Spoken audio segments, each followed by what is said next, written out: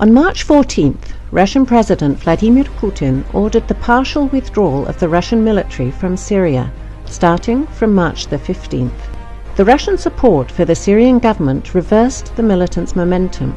Now, the pro-government forces have the advantage. Nonetheless, the militants haven't been defeated. They are still able to counter-attack and repel the government troops' advances using a mobile defense. Considering this, a significant drawdown of Russian forces could weaken the Syrian government's efforts on the ground. However, it is important to remember that the Russian military facilities and limited military contingent, including an advisory mission, are staying in Syria. Supplies of arms and military equipment have been continuing. Moreover, Iranian support for the Syrian government and Hezbollah involvement in the conflict cannot be ignored.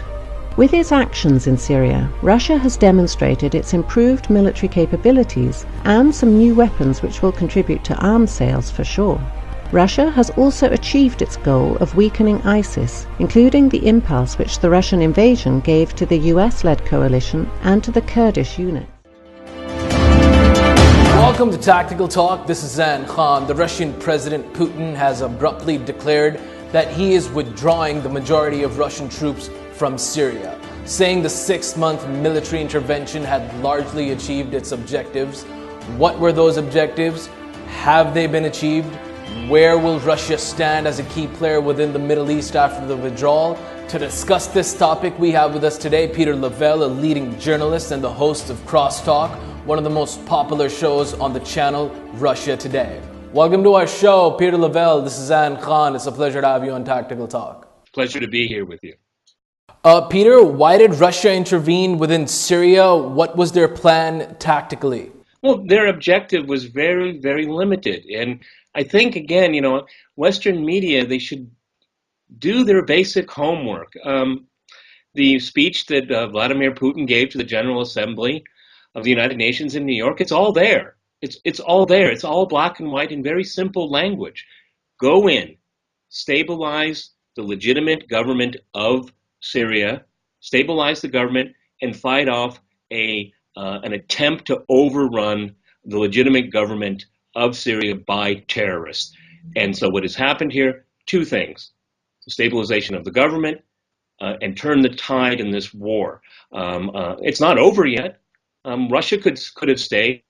It could have turned into a quagmire, but Russia's mission wasn't that. So it was very limited goals, and they had very good outcomes. But if you read very carefully and watch very carefully, Vladimir Putin is more or less satisfied, more or less. It's not mission accomplished. You didn't hear those terms. Western media says he said that, but he didn't say that. So I think at the end of the day, this was an amazing mixture of very smart military and very smart diplomacy. They can work in tandem and get results. Now it's for the Americans to get their regional allies, the Saudis and the Turks, to keep online with this, to stay with this here, because it's their responsibility, not Russia's. I think it's a brilliant combination of policy, and I pat the Russians on the back. To what extent have the Russians achieved their goals, Peter? Well, it's really up to the regime in Damascus to continue forward, because Russia has to be careful. Look what the Americans did with Vietnam. Most Americans and the Western world doesn't know the true history of the Vietnamese conflict. Is that one of the reasons why the Americans failed there? Not only was it immoral, but they failed there because they didn't have good partners. And the bad partners in Vietnam was the Vietnamese government that the U.S. kept overthrowing and putting in their own people. They were all corrupt. They weren't committed to the country's security. And the thing is here is that Russians look at Mr. Assad and they say, look, we're going to come in and help you, but this isn't a walk in the park for you. We're not vouching for you. What Russia wants, and most people still don't understand this, Russia's only ally in the Middle East. This is all ridiculous, okay? Russia talks to everybody in the region, every single player except for terrorists, which, thank God, they plummet with bombs, okay? And they will continue to do that, while the Americans and their Saudi friends and their Turkish friends fuel on this conflict here. Russia went in and said, look, you don't need a large air force to do this. You don't need ground forces. You need a commitment, you need a strategy, and that's what's happened here. But Russia hasn't withdrawn. It has the Caspian Sea. It showed the entire world. It's not just the Americans that have high-tech technology when it comes to military. Russia can, from the Mediterranean, from the Caspian Sea, they can fire cruise missiles with very good precision here. It's never perfect in a conflict. Everyone knows that. So again, it's more of a approach that, you know, the Russians sat down and they were very, very methodical and how they were going to go deal with this this problem. Because for Russia, it's a security issue and a sovereignty issue. From Damascus to Grozny, Chechnya, it's a day drive. Think about that, a day drive, okay, in a car, okay, and then also it's for sovereignty. I mean, for goodness sake, in the 21st century, can we start going back to the foundations of the United Nations Charter? Its sovereignty is only. Western countries do not even understand, they totally disregard the sovereignty of other countries in the world, except for their little club of countries. And then the rest of the world, they don't have any rights, they don't have any sovereignty, they don't have any geopolitical interests, because if they're at odds with Washington, they're an enemy, and then they deserve to be invaded and destroyed. Look at Libya. Libya is a classic case where the West totally disregarded the sovereignty of a United Nations member. The Russians saw that and said this is never going to happen again, because if the Americans and their allies continue to do what they're doing, we're going to have a black flag in Damascus. That is not going to happen, and it was the good player Russia that's going to make sure that happens. Peter, in what capacity have the Russians pulled out? Have they still kept certain amount of air power within Damascus, or have they totally just pulled out of Syria? It's the announcement made by President Putin is a significant scaling back of some of the air power, and it's auxiliary forces to back that up. You know, the thing is that it's interesting. If again, you know, the West has forgotten about the nuances of diplomacy and how military can be used in the service of diplomacy. Most of the forces that withdrew from Syria, Russian forces that withdrew from Syria, they left in a day, in one day. And my friend, if they want to go back, they can be back in one day. And they made a unilateral decision. And they can make a unilateral decision with the permission of the Syrian government, of course, to come back. So again, you know, this is for smart people. For smart people looking at this, Russia has a very nuanced, sophisticated way of dealing with this. Not like the Americans. The Americans, you know, they're just one big hammer, and they just look for nails in the world, okay? But, you know, the world isn't built that way, and all you do is destroy it. So Russia is very calculated and very calibrated here. It's not going to take on the absolute complete defense of Syria. It's not Russia's responsibility, but it should be the responsibility of the entire international community that we don't see the destruction of Syria like we saw with Libya, like we saw with Iraq, like we're seeing with Yemen, like we saw with Somalia, and it repeats on Ukraine, I'd like to point out as well. So, you know, Russia is being a good player to go by the rules of that have been written down long ago. There's nothing really scientific about this. It's pretty easy to understand if you look at it straight in the face. And I've been watching Western media here, and they don't have a clue. They didn't have a clue why Russia went in there. They don't have a clue what Russia did, and except for maybe bomb civilians, which they didn't. And it's probably Russia's fault for the migration problem in Europe. I mean, this is nonsense. Russia was there for 21 weeks. This war has been going on for 5 years. And if you look at some of the United Nations investigations and research on the migrants, some of them actually have started to go home since Russia intervened militarily. Think about that, okay? You can find this information out. The Western media sees it, and they block it out. It can't be true. It can't be true. So this is a very, very interesting example of how the Russians have gone on the stage with very limited expectations here, and withdrawn. Russia doesn't need to be involved in foreign wars ad infinitum like the Americans, because it costs a lot of money and you don't get the outcome you want. Russia went in with limited aims, did what it did, and it's standing on the sidelines to see if their partners in all of this, the Americans and the Europeans, if they could force other players on the ground to go to the peace process in Geneva and hammer out an agreement. And it's not about Assad. It's about fighting terrorism. Western media and Western politicians have forgotten all about this.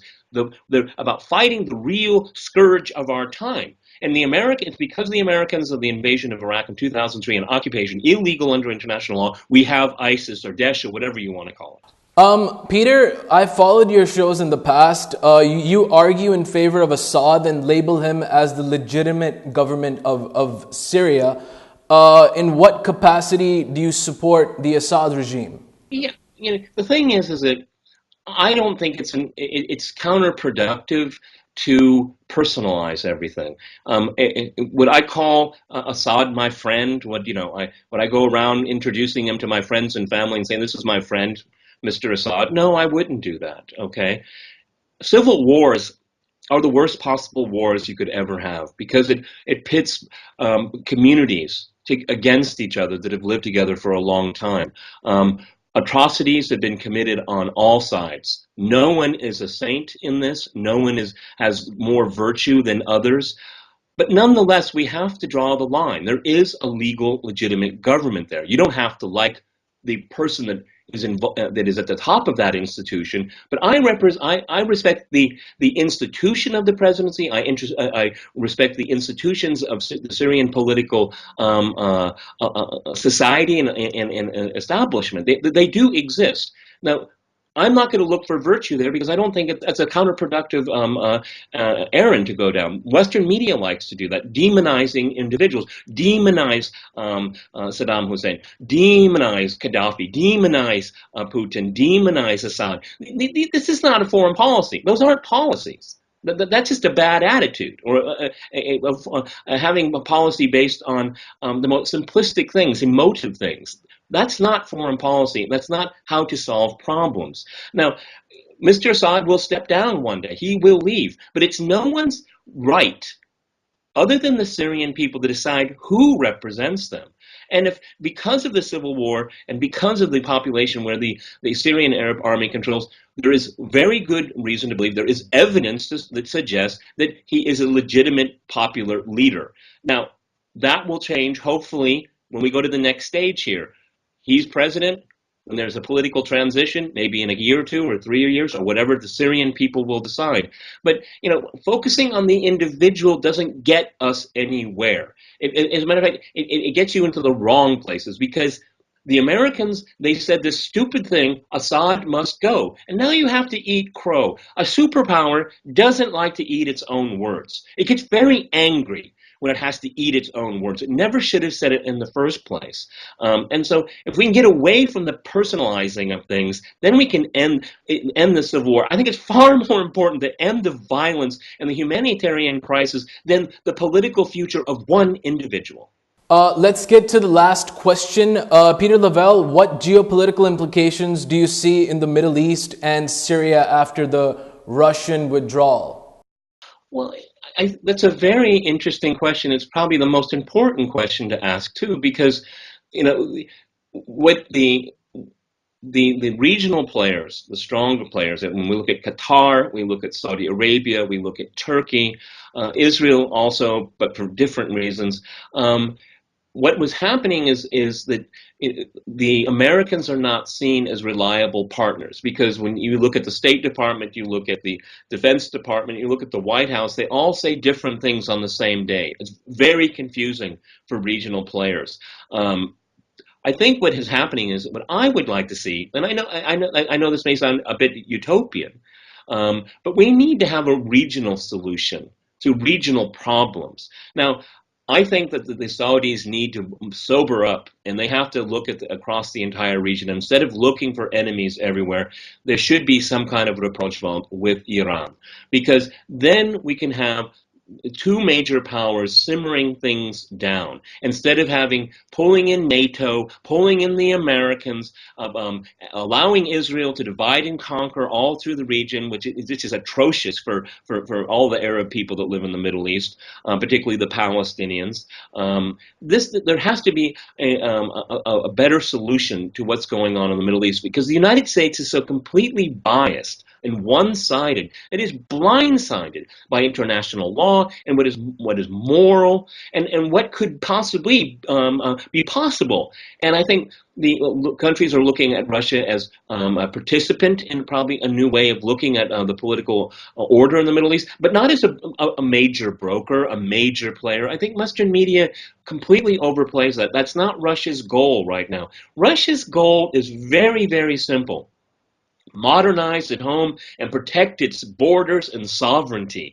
It sees the NATO and the Americans taunting it on a number of different fronts. Russia is a status quo power, not an aggressive power.